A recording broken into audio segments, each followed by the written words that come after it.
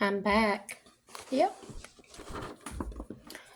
So, as I promised, here's the video. It's probably going to be a long one because I'll just look at one more thing and one more thing, and then I have to find out about that. And if I remember to, I'll pause the video so I can get through what I want to read, and then I'll get back on. So, what I wanted to compare today was I wanted to go back and look at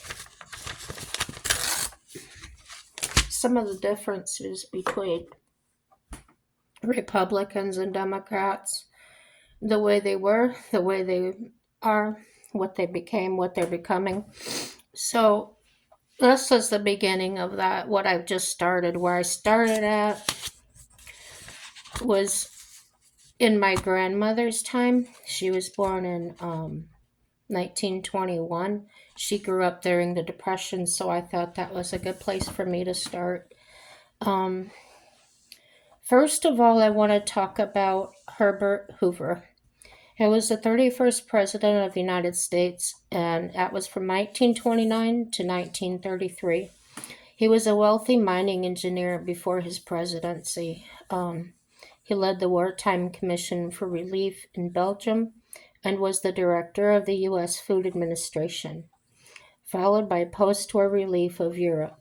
As a member of the Republican Party, he served as U.S. Secretary of Commerce from 1921 to 1928 before being elected in 1928. His presidency was dominated by the Great Depression, and his policies and methods to combat it were seen as lackluster. Amid his unpopularity, he decisively lost re-election to Franklin D. Roosevelt FDR in 1932.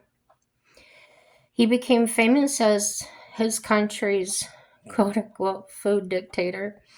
After the war, Hoover led the American Relief Administration, which provided food to the starving millions in Central and Eastern Europe, especially Russia. His wartime service made him a favorite of many progressives, and he unsuccessfully sought the Republican nomination in the 1920 election. So, in the midst of the Great Depression, he was decisively defeated by Democratic nominee FDR in the 1932 election. Lots more on him, but I'm ready to look at how FDR and the Democratic Party changed things. So, things I did know that I jotted down to look into was FDR, what was the New Deal? That's what it was called, New Deal. And I did know that he served as a principal architect. This is their wording, but I did know this. And this was on Britannica. Of the successful effort to rid the world of German National Socialism and Japanese militarism. Well, here's what the New Deal was, and this was last updated February 23rd to 25. It's on Britannica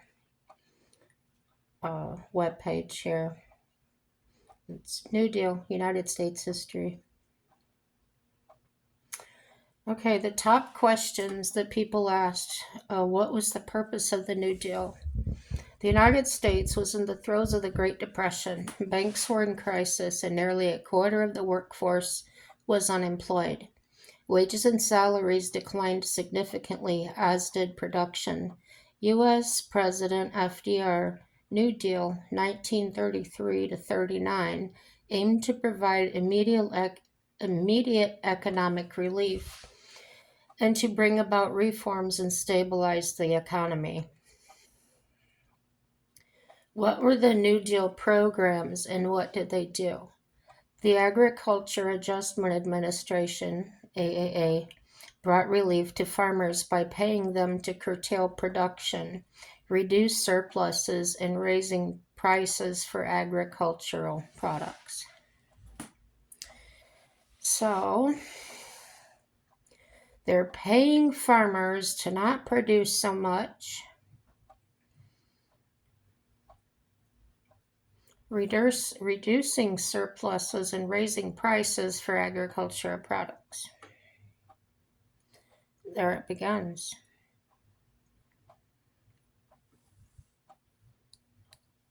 Raising the prices on us. The Public Works Administration, PWA, reduced unemployment by hiring the unemployed to build new public buildings, roads, bridges, and subways. Yay! So, to me, that's a way of putting people to work. But then what? That's not a it's not a permanent solution.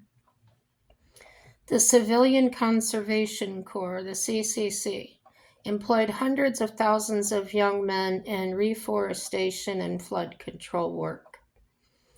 The National Recovery Administration, NRA, established codes to eliminate unfair practices, establish minimum wages and maximum hours, and guarantee the right of collective bargaining. The Tennessee Valley Authority, the TVA, brought cheap electricity to people in 7 states. The Homeowners Refinancing Act provided mortgage relief to the unemployed. The Securities Act of 1933 provided government oversight of stock trading. I see the government's getting bigger, do you? The Federal Deposit Insurance Corporation, the FDIC, protected depositors' bank accounts. Later programs included the Social Security Act, the Works Progress Administration, and the National Labor Relations Act. Okay.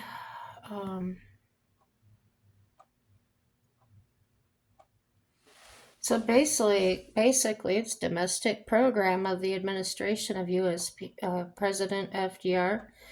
Between 33 and 39, took action to bring about immediate economic relief, reforms in industry, agriculture, finance, water, power, labor, and housing.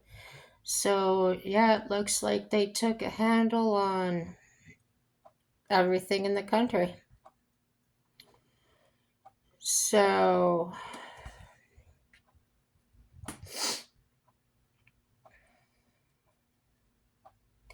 I just don't know enough about it.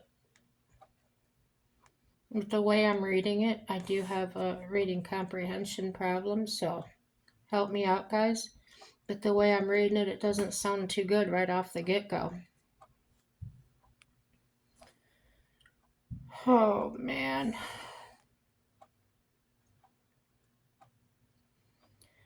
No, that was... Gosh, was that World War One? I gotta find out. FDR was the longest-serving U.S. president.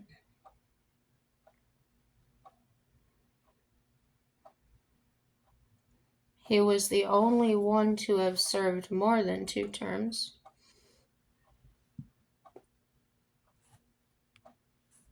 Let me see if I can find something.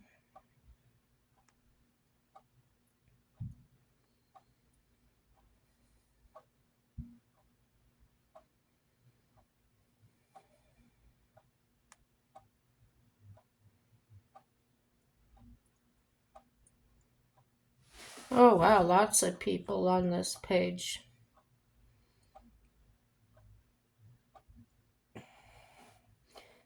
The strategist says Trump is making the mistake that FDR shunned.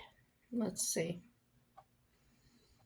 Let's see if it's another Democrat attack against Trump, because we know they hate him. Okay, article is by the Australian Strategic Policy Institute, the strategist.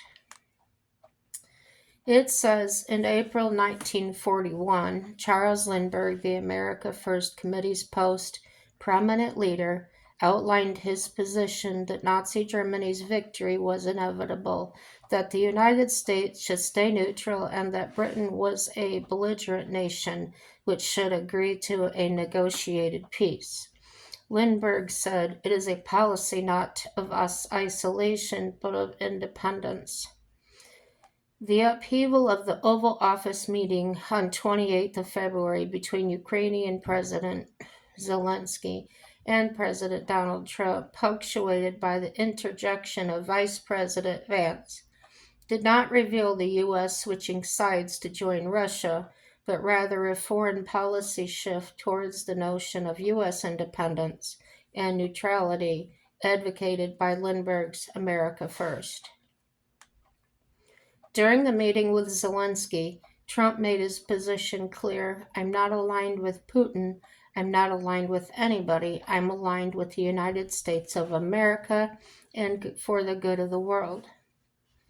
Such an impartial statement would be fair in many circumstances, such as a valuer in a property sale or an umpire officiating a sports match, but here we are dealing with a powerful nation committing war and war crimes on an innocent democracy. So sides are exactly what should be taken. And the U.S. should be on the side of right, not might.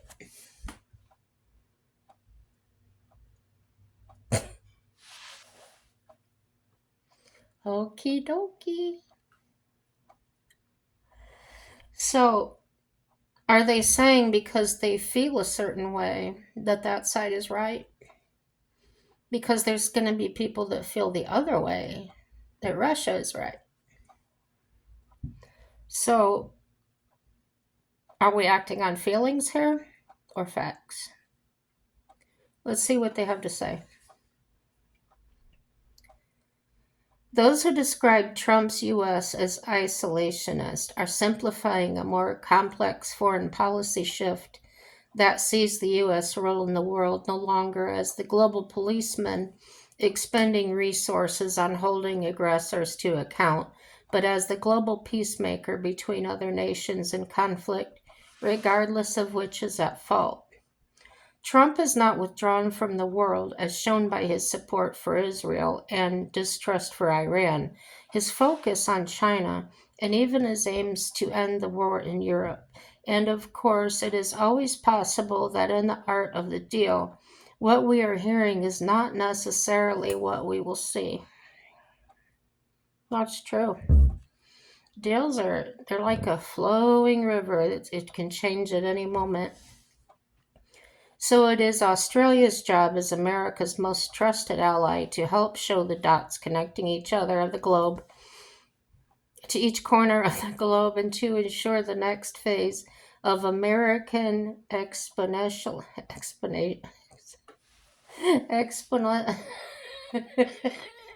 Don't you love it when I get tongue-tied? We're gonna skip that word because it's not working. Does it result in geographic spheres of influence?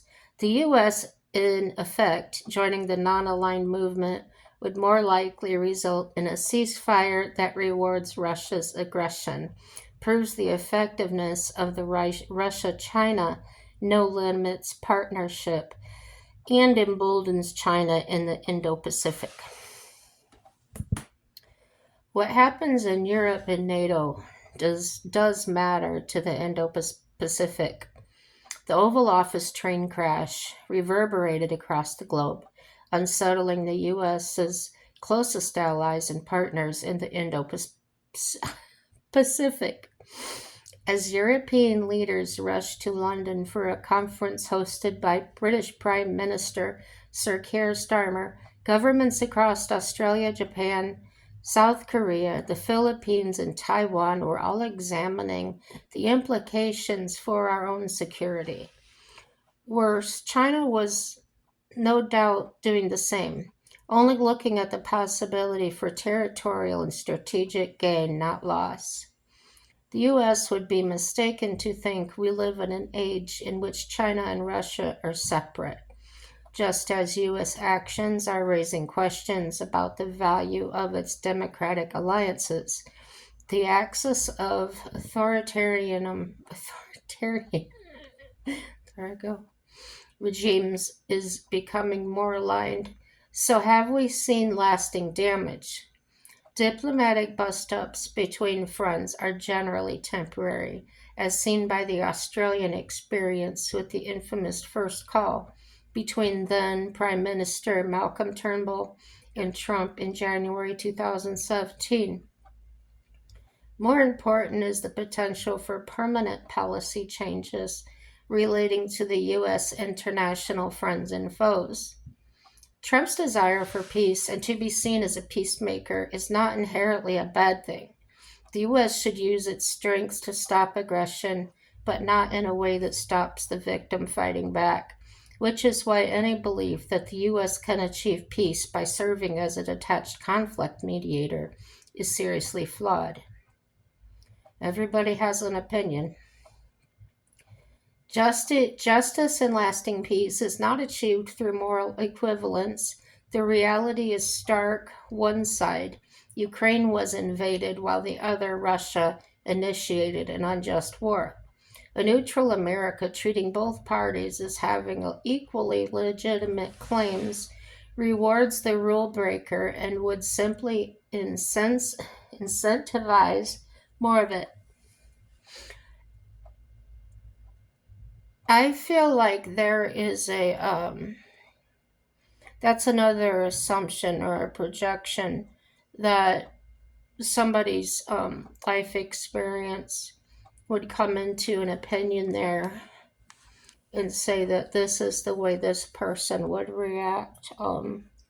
We don't know these people, and I feel that was irresponsible to say that.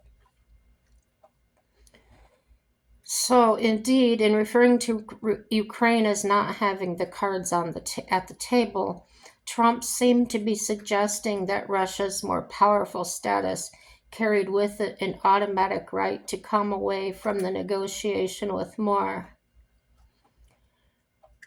I don't know if anybody else saw it that way. I think Trump was just telling him the truth. Zelensky's in a pickle. Um, he's already bankrupt. He's already killing all of his people off in this war. Or how do you say that? I don't know. I would say, well, Zelensky said that Putin has broken every agreement they came to.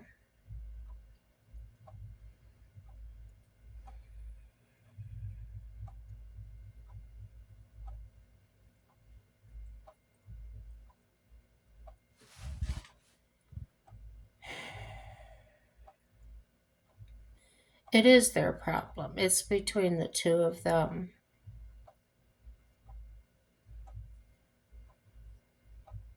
We just don't have it.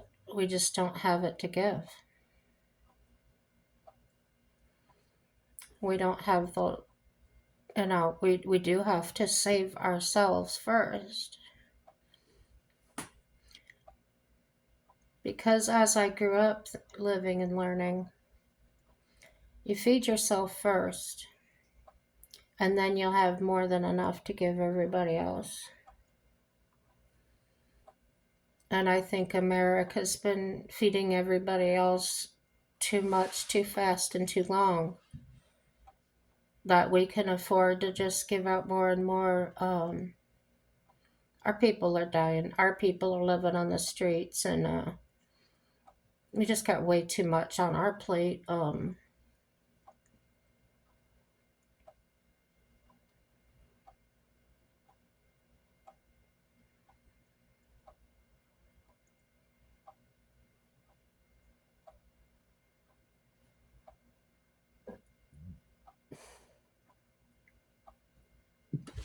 I think I'm with Trump on this one in this way. And this is just going on information that I've seen um, shown. I don't know what else is going on.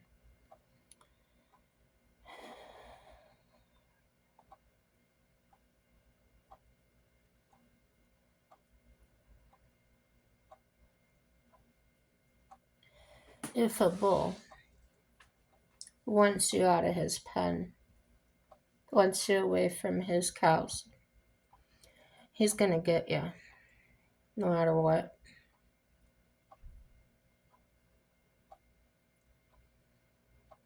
I see Russia as that bull. I wouldn't jump in the way of that.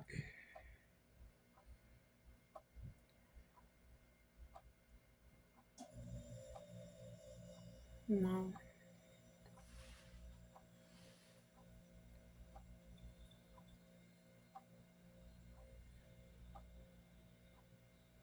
There is no easy answer, but there are easy decisions. If you take them just a bite at a time, don't jump in all the way, but yet don't stay out all the way, just kind of hang back and um, Trump had a really good suggestion. You know, you do owe us this money. It wasn't a grant. Um, we don't have it to just keep giving it to you. You're going to have to give something back to us in return. And Ukraine said, okay, willing to do that. However, we want more. So you make the deal's agreed on, and then when you get to sign the deal, oh, we'll throw this in there too. Doesn't work that way. No.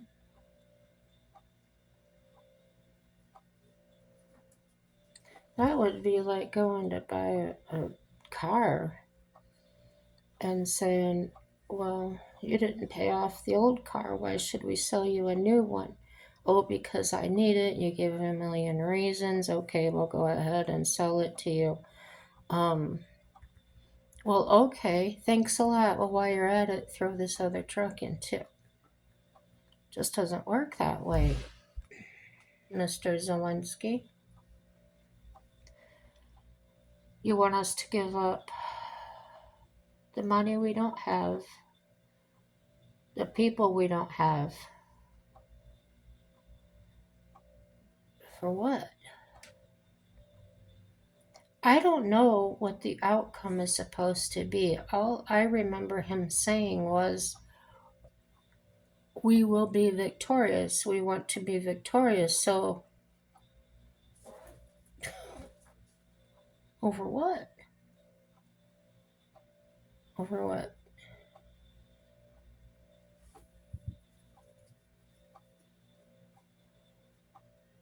Have they shown where the money went to? What was the money used for? Um, all these weapons were given them.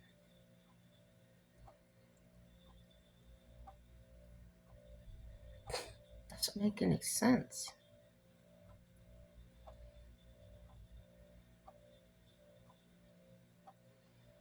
Like I said, I don't have enough information. Trump has expressed admiration for former President William McKinley and has a bust of Winston Churchill in the Oval Office.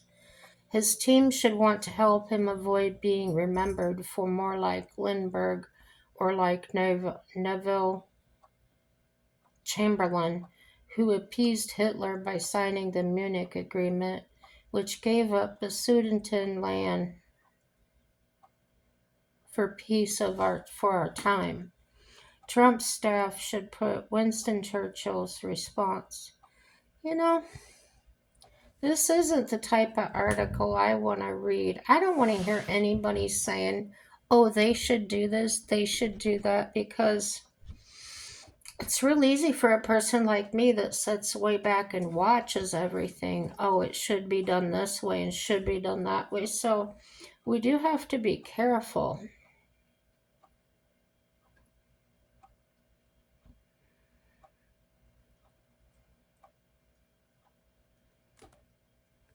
Of how we think.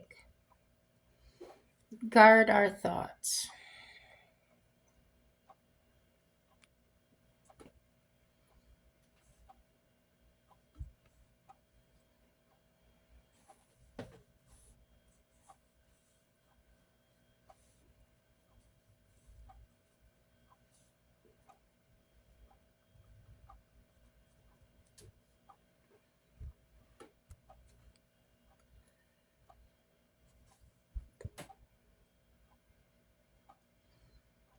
I'm waiting.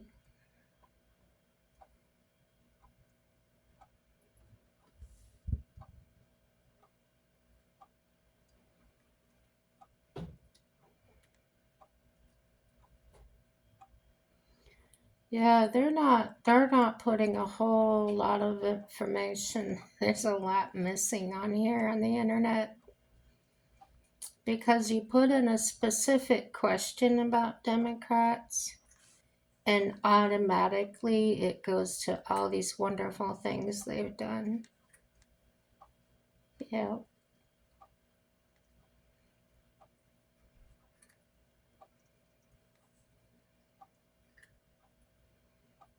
Mm-hmm.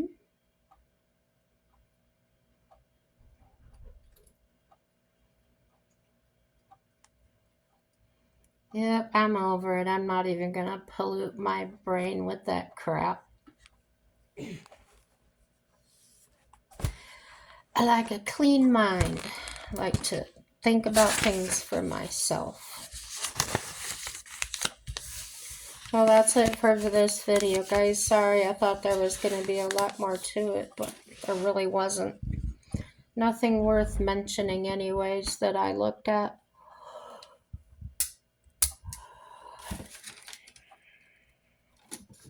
Supposed to get up. Gosh, did it say 50 this weekend coming up? It'd be nice. Let's see about all the snow out there is melted now.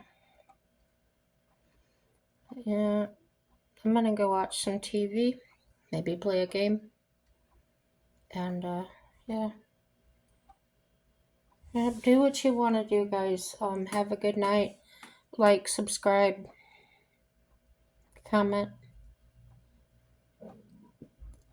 Everything's gonna work out. Everything's good. And happy day to you.